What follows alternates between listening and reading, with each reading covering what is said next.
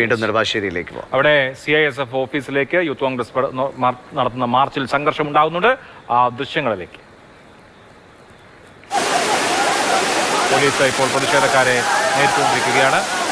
ഐവിൻ ജിജോയുടെ കൊലപാതകത്തിൽ പ്രതിഷേധിച്ച് CISFിന്റെ ഓഫീസിലേക്കാണ് യൂത്ത് കോൺഗ്രസ് പ്രവർത്തകർ നെടുമ്പാശ്ശേരിയിൽ മാർച്ച് നടത്തിയത്.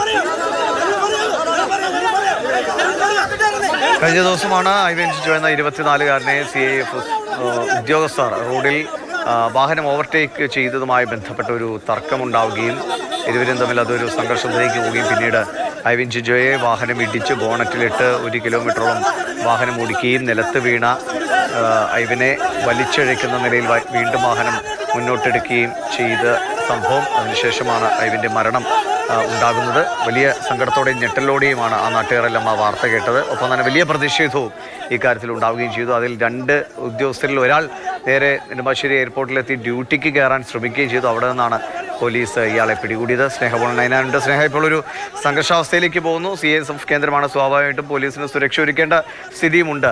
ഈ CISFിൻ്റെ ഉന്നത ഉദ്യോഗസ്ഥർ ആരെങ്കിലും ഉണ്ടോ അവിടെ?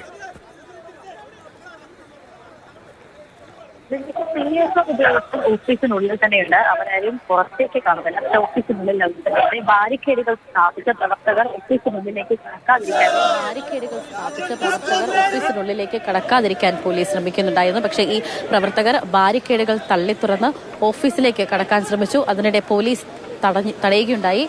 തുടർന്ന് ഈ പ്രവർത്തകരും പോലീസുമായി ഒരു വാക്കേറ്റവും ഒരു കയ്യേറ്റ ശ്രമവും ഒക്കെ ഉണ്ടായി. അത് തന്നെയാണ് നമ്മൾ നേരത്തെ ദൃശ്യങ്ങളിൽ കണ്ടത്. ഇപ്പോൾ പ്രവർത്തകർ CISF നെടുമ്പാശ്ശേരിയിലെ CISF ഓഫീസിന് മുന്നിൽ അതിന് മുന്നിൽ കുത്തിയിരുന്ന് പ്രതിഷേധിക്കുന്ന ഒരു കാഴ്ചയാണ് കാണുന്നത്. പ്രവർത്തകരെ ഓഫീസിനുള്ളിലേക്ക് കടക്കുന്നത് തടയാൻ വേണ്ടി പോലീസ് ബാരിക്കേഡുകൾ സ്ഥാപിച്ചു. പക്ഷേ ഈ ബാരിക്കേഡുകൾ മറികടന്ന് ഈ ബാരിക്കേഡുകൾ തള്ളി തുറന്ന് അത് എടുത്തു മാറ്റിക്കൊണ്ട് പ്രവർത്തകർ കടക്കാനുള്ള ശ്രമമുണ്ടായി. അത് പോലീസിന്റെ ഭാഗത്തുനിന്ന് തടയുകയുണ്ടായി.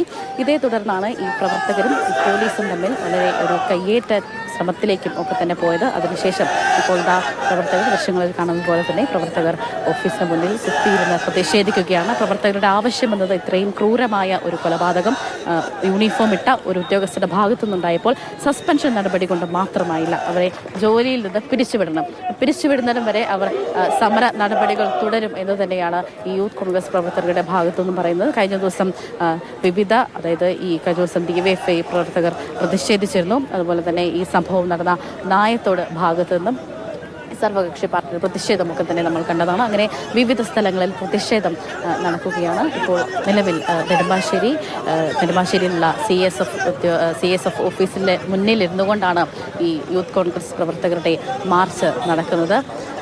ഏതായാലും സംഘർഷാന്തരീക്ഷത്തിന് പൂർണ്ണമായും അയവ് വന്നു അല്ലേ? ഇനിയിപ്പോൾ ഈ കുത്തിയിരിപ്പ് സമരത്തോടുകൂടി യൂത്ത് കോൺഗ്രസ് പ്രവർത്തകർ പിരിഞ്ഞു പോകാനാണോ പദ്ധതി?